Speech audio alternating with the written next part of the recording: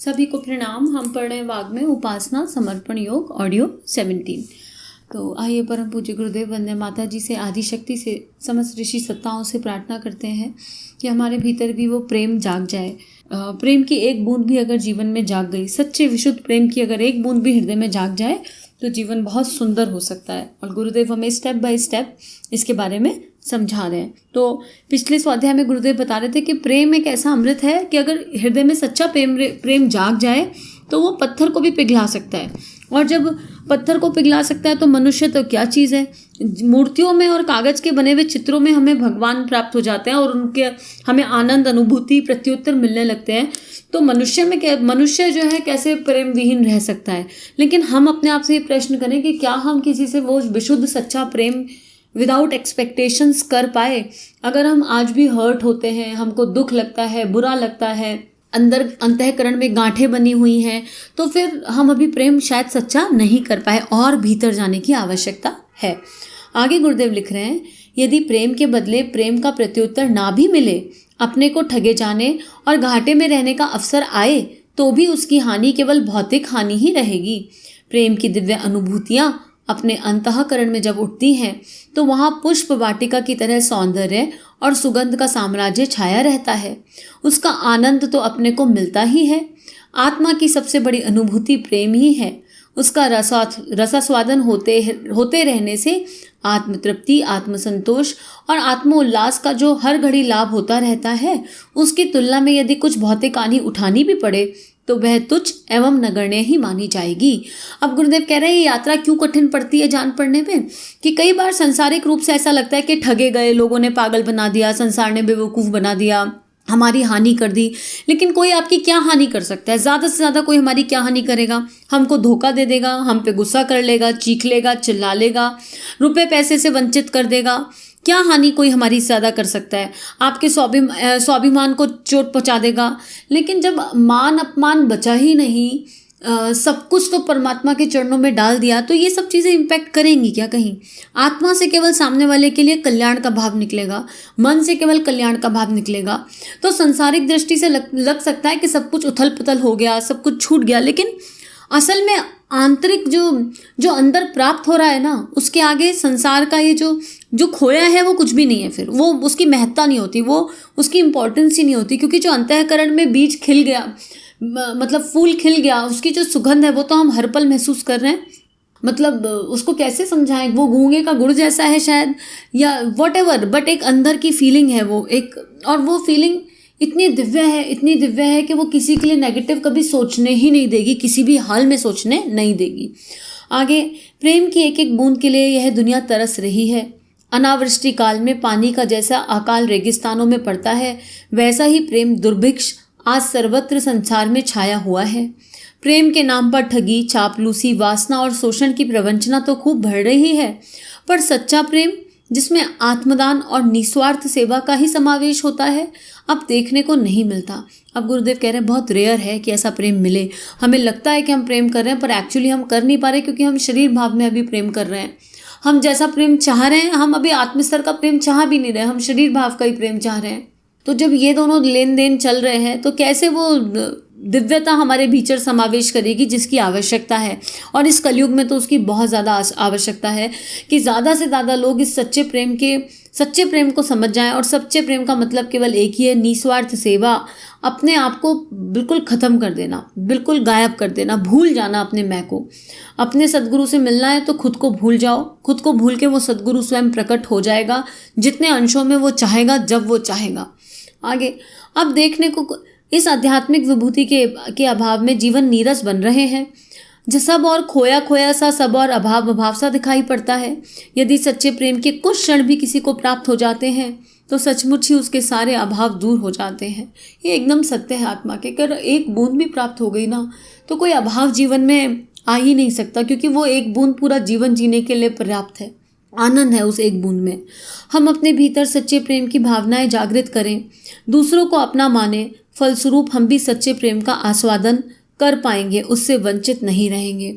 और उसके लिए प्रेम मांगना नहीं, प्रेम देना है। गुरुदेव यही लिख रहे हैं, अपनी प्रेम यात्रा शुरू कर दो, अपने भीतर सच्चा प्रेम जगा लो और सबको अपना मानना है, सभी को अपना मानना है, कोई पराया नहीं है। कोई भी मतलब कोई अगर आपको दृष्टाभाव में कोई आत्मा निकृष्ट से निकृष्ट कोटि की दिख रही है ना, तो भी वो केवल उसके ऊपर का संस्कार है, अंदर तो उसमें भी एक दिव्यता है ना। उस दिव्यता तक पहुंचने का प्रयास करना है और उसकी उस दिव्यता से प्रेम करना है। उसकी बुराई भले ही कैसी हो, उसकी बुराई के लिए कठोर निर्णय लेने भी पड़े, लेकिन उसकी दिव्यता तो जान रहे हैं ना। हर आत्मा में एक दिव्यता है और हम सब जानते हैं हमारे अंदर क्या कोई बुराई नहीं है, हम सब में है, कितनी सारी हैं। और फिर भी उन बुराइयों के साथ कितने लोगों ने हमें बिल्कुल एज इट इज़ एक्सेप्ट कर रखा है, बिल्कुल पूर्णता स्वीकार कर रखा है। तो जब हमें स्वीकार्यता मिली है और सबसे इम्पोर्टेंट हमारे इष्ट ने, हमारे गुरु ने कुछ हमें फिर भी स्वीकार कर रखा है ना, हमारी गलतियों के बावजूद, जब वो परमात्मा हमारे लिए इतना कृपालु दयालु है, तो हम अपने अंतःकरण में उनका प्रेम, उनकी कृपा जो हमें मिली वो बांट नहीं सकते हैं क्या? सहजता से जो मिल रहा है उसे ही तो बांटना है, अपना देना कहाँ है कुछ। जो कृपा परमात्मा ने आपके ऊपर रखी, जो परमात्मा ने आप पे आशीर्वाद का हाथ रखा, उससे जो प्राप्त हुआ वो उस परमात्मा का है, उस परमात्मा के बच्चों में ही बांटना है, इतना ही तो करना है। संसार के खेत में अपना प्रेम बीज बिखेरते फिरेंगे तो कोई ना कोई पौधा उसका ज़रूर उगेगा और उसकी सुगंध से हमें भी आनंद और तृप्ति देने लायक बहुत कुछ मिल जाएगा। जो बोएंगे वो तो काटेंगे। अब अगर एक एप्पल के बीच में कितने सारे एप्पल हैं, हमें पता है क्या? अनंत संभावनाएं एक छोटे से बीज में। लेकिन अगर हम एप्पल के पीछे पड़े रहें और बीज की तरफ ना जाएं, तो प्रेम का बीज बोने की यात्रा पे कदम उठा लें। गुरुदेव हमें अध्याय 9 तक यहाँ तक ले आए कि हम प्रेम का बीज बो सकें। और प्रेम का बीज बोने का एक ही तरीका है, त्याग और सेवा। सामने वाले की खुशी में अपनी खुशी को मिक्स कर देना, पता ही ना चले, और उस खुशी से जो अनुभव होगा ना, संतुष्टि, वो बड़ी अद्भुत होगी। अगला टॉपिक ले रहे हैं गुरुदेव, त्याग और सेवा की मिठास। त्याग में कितनी मिठास है, इस बेचारे स्वार्थ परायण और कंजूस को भला क्या समझेगा। जो इस भूतल के अमर मिठास का आस्वादन करना चाहते हैं, उनकी नीति होनी चाहिए, आप लीजिए मुझे नहीं चाहिए। ये डबल कोट्स में लिखा है गुरुदेव ने। यही नीति है जिसके आधार पर सुख और शांति का होना संभव है। मैं लूंगा और आपको ना दूंगा, इस नीति को अपनाकर कैकई ने अयोध्या को नरक बना दिया था। सारी नगरी विलाप कर रही थी। दशरथ ने तो प्राण त्याग दिए। राजभवन मरघट की तरह शोकपूर्ण हो गया। राम जैसे निर्दोष तपस्वी को वनवास ग्रहण करना पड़ा। किंतु आप लीजिए मुझे नहीं चाहिए कि नीति ने व्यवहार में आई तो दूसरे ही दृश्य उपस्थित हो गए। राम ने राज्याधिकार का त्याग करते हुए भरत से कहा, बंधु तुम्हें राज्य सुख प्राप्त हो, मुझे यह नहीं चाहिए। सीता ने कहा, नाथ यह राजभवन मुझे नहीं चाहिए, मैं तो आपके साथ रहूंगी। सुमित्रा ने लक्ष्मण से कहा, जो पे सिए रामू बन जाही, अबत तुम्हार काजू कछु नाही। पुत्र जहाँ राम रहे वहीं अयोध्या मानते हुए उनके साथ रहो। कैसा स्वर्गीय प्रसंग। भरत ने तो इस नीति को और भी सुंदर ढंग से चरितार्थ किया। उन्होंने राजपाट पे लात मारी और भाई के चरणों में लिपटकर बालकों की तरह रोने लगे। बोले, भाई मुझे नहीं चाहिए, इसे तो आप ही लीजिए। राम कहते हैं, भरत मेरे लिए तो वनवास ही अच्छा है, राज सुख तुम भोगो। त्याग के इस सुनहले प्रसंग में स्वर्ग छुपा हुआ है। एक परिवार के कुछ व्यक्तियों ने त्रेता युग को सतयुग में परिवर्तित कर दिया। सारा अवध सतयुगी के रंग में रंगने लगा। वहाँ के सुख सौभाग्य का वर्णन करते करते वाल्मीकि और तुलसीदास अघाते नहीं। कितना सुंदर है रामायण का ये प्रसंग। इस पर एक स्टोरी भी आई थी, अभी मुझे मिलती है तो मैं ग्रुप पे भेज दूंगी। बहुत सुंदर स्टोरी थी, जहाँ हर कोई देने की बात कर रहा है, किसी को कुछ चाहिए नहीं, कोई अपने अधिकारों के बारे में सोच ही नहीं रहा, विचार ही नहीं रहा, हर कोई देने की बात कर रहा है, देने की बात कर रहा है। और यहाँ पर अगर हम गंभीरता से सोचें ना, तो कैकई भी बहुत अच्छी चेतना थी। उन्होंने बुराई मोल ले ली, लेकिन कहीं मैंने सुना है मैंने इस स्टोरी को, अब इसका सत्य मुझे नहीं पता, लेकिन ऐसा सत्य सुनने में कोई बुराई नहीं जो हमारे मन और भाव को खूबसूरत बना दे। कि माँ कैकई जो है, उन्होंने मतलब वो बहुत विवेकी थी, उनके अंदर विवेक बहुत ज़्यादा था। और उस विवेक के आधार पर जब उन्होंने देखा कि दशरथ जी पुत्र मोह में एकदम से राज्याभिषेक कर रहे हैं, तो उन्होंने उसी रात बहुत सारे ऋषियों की सभा बुलाई और जानने की कोशिश करी। तो सबने कहा कि जो भी राज्य पे अगले 14 साल रहेगा उसकी मृत्यु निश्चित है।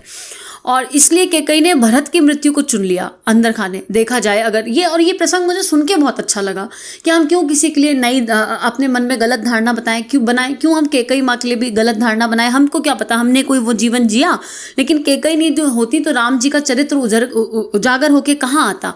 और ये सत्य भी है। उसके बाद 14 वर्ष कोई सिंहासन पर बैठा ही नहीं, राम जी के खड़ाऊ थे, राजा दशरथ बैठे और उनकी मृत्यु हो गई। भरत भी नहीं बैठे तो कोई बैठा ही नहीं, लेकिन कैकेयी जी ने पूरे बुराई लेने को तैयार थी वो हरयुग की, लेकिन उनके राम को कुछ हो जाए ये उन्हें बर्दाश्त नहीं था। अगर इस दृष्टि से देखें तो कितनी महान थे। तो हमें कभी धारणाएं नहीं क्रिएट करनी चाहिए, ये वाली बात भी हम समझ लें कि क्या पता क्या घटित हो रहा है, क्यों घटित हो रहा है, हमें बस अच्छा ढूंढना है। और प्रेम की नज़र हर किसी में कोई ना कोई अच्छाई दिखा ही देती है, अंदर गहराई से दिखा देती है। तो इस घटना का सत्य तो मुझे नहीं पता, कहते हैं वाल्मीकि रामायण में, लेकिन मेरे मन को ये घटना बड़ी अच्छी लगी कि अगर ये है और ये नहीं भी है तो ये कितना सुंदर चित्रण है। और अगर हम इस दृष्टि से सबको देखने लगे तो हर जगह कुछ ना कुछ अच्छा मिल ही जाएगा और भीतर प्रेम का फूल और खिलता जाएगा और बड़ा हो जाएगा। आगे लिखते हैं, प्रभु ने मनुष्य को इसलिए इस पृथ्वी पर नहीं भेजा है कि एक दूसरे को लूट खाएं और आपस में रक्त की होली खेलें। परम पिता की इच्छा है कि सब लोग प्रेम पूर्वक भाई भाई की तरह आपस में मिलजुल कर रहें। यह तभी हो सकता है जब त्याग की नीति को प्रधानता दी जाए। प्रेम अर्थात त्याग, स्वार्थ की अपेक्षा परमार्थ को अधिक ध्यान दिया जाए। अपने ऐसे ऊपर उठना और आगे बढ़ना, ये तो हर गुरुदेव के हर दूसरे सेंटेंस में, हर दूसरी बात का यही मतलब होता है कि एक्सपेंड कर लो अपने हृदय को, अपने हृदय चक्र को थोड़ा बड़ा कर लो, अपनी भावनाओं का परिष्कार कर लो। मैं से ऊपर, शुद्र मैं से ऊपर उठकर विराट मैं की ओर चल दो। आप किसी को कुछ दे दिया, आपने किसी को कुछ दे दिया और उसका किस प्रकार का उपकार करें तो बदले में किसी प्रकार की आशा न रखें। जो कुछ आप देंगे वह 1000 गुना लौट कर आएगा, परंतु उसके लौटने की तिथि नहीं गिननी चाहिए। ये कितना सुंदर है, डेट थोड़ा ना फिक्स है। और जब दिया तो उस समय भाव मत रखो कि दिया है तो कुछ वापस आएगा। आपने दे दिया, आप माध्यम बने गए भगवान के। अरे विरलों को देने का सुख मिलता है, हमें मिल गया तो ये अपने आप में कृपा नहीं है कि भगवान ने आपको चुना। बहुत सारे बच्चे हैं, वो चाहे तो परमात्मा चाहे तो काले पत्थर से काम करा ले, काले कुत्ते से काम करा ले, भगवान चाहे तो किसी भी जड़ से भी काम करा सकते हैं, लेकिन हमको चुना गया तो ये क्या बड़ी कृपा नहीं है परमात्मा की? यही अपने आप में पर्याप्त है। तो उसके बदले में कुछ चाहे नहीं, अपने में देने की शक्ति रखिए, देते चलिए, क्योंकि देकर ही फल प्राप्त करेंगे। ध्यान पूर्वक देखिए, सारा विश्व आपको कुछ दे रहा है। जितने आनंददायक पदार्थ आपके पास हैं वे सब आपके ही बनाए हुए नहीं, वरन वे दूसरे द्वारा आपको प्राप्त होते हैं। फिर आप दूसरों को देने में इतना संकोच क्यों करते हैं? अब जब सब जगह से ले रहे हैं, चाहे हमें अंदाजा हो या नहीं हो, हम हर क्षण ले रहे हैं, हर क्षण। एक एक सांस भी तो ब्रह्मांड की दी हुई है, उधार की दी हुई है। जल पी रहे हैं, सांस ले रहे हैं, वायु मिल रही है, हवा मिल रही है, अग्नि मिल रही है, सूर्य का ताप मिल रहा है। और घर की तो परिस्थितियां हमने देख ही ली कि जो है कैसे मिलता है, कैसे संसार हमारा सहयोग कर रहा है। और इतनी आनंददायक चीज़ें हैं, किस पंच तत्वों में से किसके बिना हम रह सकते हैं? दूध वाला दूध देना 4 दिन बंद कर दे तो हम परेशान हो जाते हैं। आजकल तो होम डिलीवरी होने लगी है, कितना सहयोग हमें चारों तरफ से हर जगह से मिल रहा है, फ्रॉम एनीवेयर एंड एवरीवेयर। तो जब हमें इतना कुछ प्राप्त हो रहा है तो हम देने में संकोच क्यों कर रहे हैं? अब यहाँ पर एक बात और समझने वाली है, देने में संकोच करने का मतलब ये नहीं है अब ऐसे तो फिर जो अपना कार्य कर रहे हैं अपने ऑफिस में, उनको दिक्कत आ जाएगी, जो बिजनेस कर रहे हैं अपना दिक्कत करने लगे। नहीं, ऐसा नहीं है। आपने कोई नियम बनाया, ज़रूरी नहीं है कि सामने वाला उस नियम को फॉलो करे। नियम बनाने हैं। अगर आपने कोई भी नियम बनाया, मान लो फॉर एग्जांपल मैं योगा क्लास लेती हूँ, मैंने नियम बनाया कि योगा क्लास का टाइम सुबह 7 बजे, सब लोग समय से आइए, ठीक है। लेकिन ये नियम मैंने बनाया है अपने डिसिप्लिन के लिए। अब कोई ज़रूरी थोड़ा ना कि हर कोई इस नियम को फॉलो करे। सामने वाले की चेतना आपको बता के छोड़ देना है, पर इतनी सी भी एक्सपेक्टेशन नहीं रखनी है। अब तुम लेट क्यों आ रहे हो, तुम ऐसे क्यों आ रहे हो, तुम वैसे क्यों आ रहे हो। हर इंसान समझदार है, आपको बार बार उसके लाभ बताने हैं, डिसिप्लिन का लाभ बताना है, नियम का लाभ बताना है, लेकिन बदले में किसी को कंट्रोल करने की कोशिश नहीं करनी है। ये गुरुदेव यहाँ हर छोटी बड़ी चीज़ में इसको इम्प्लीमेंट किया जा सकता है। इस एग्जाम्पल से बताने की कोशिश कर रहे हैं कि हर छोटी बड़ी चीज़ में स्वयं को अनुशासन में रखना है। स्वयं के लिए सब कुछ है और सबको वो बताना भी है, लेकिन किसी को कंपेल या फोर्स नहीं करना कि नहीं अब ये करो। बता दिया, बार बार बताओ, लेकिन वो नहीं कर रहा तो उससे उद्विग्न मत हो, उससे अपने अंदर हलचल पैदा मत करो। फिर दे दिया ना रिमोट कंट्रोल, अपना रिमोट कंट्रोल केवल उस परमात्मा के हाथ में होना चाहिए और ऐसा होना चाहिए कि पता ही ना चले कि वो बटन कब दबा रहे हैं, पूरी तरह गायब हो जाए खुद। सभी के लिए प्रार्थना। और चलिए पूरे दिल से एक बार प्रार्थना करते हैं कि जब हम इतने गहराई से प्रेम योग पढ़ रहे हैं, मेरे लिए तो ऐसा लग रहा है मुझे कि बड़ी कृपा कि दोबारा से प्रेम योग बुक की सामने खुलकर आ गई, ऐसा फील हो रहा है। तो प्रार्थना करते हैं कि जो हम पढ़ रहे हैं उसको अपने सांसों के साथ अपने जीवन में उतार सकें। हर सांस में बस परमात्मा से उनके प्रेम की अभिलाषा करें और किसी कारण से नहीं, बस प्रेम करने के लिए प्रेम मांगे। सभी के लिए प्रार्थना, सभी को प्रणाम। हमारे YouTube चैनल को सब्सक्राइब करें और बेल आइकन को दबाकर ऑल पर क्लिक करें ताकि नोटिफिकेशंस आपको मिलती रहें।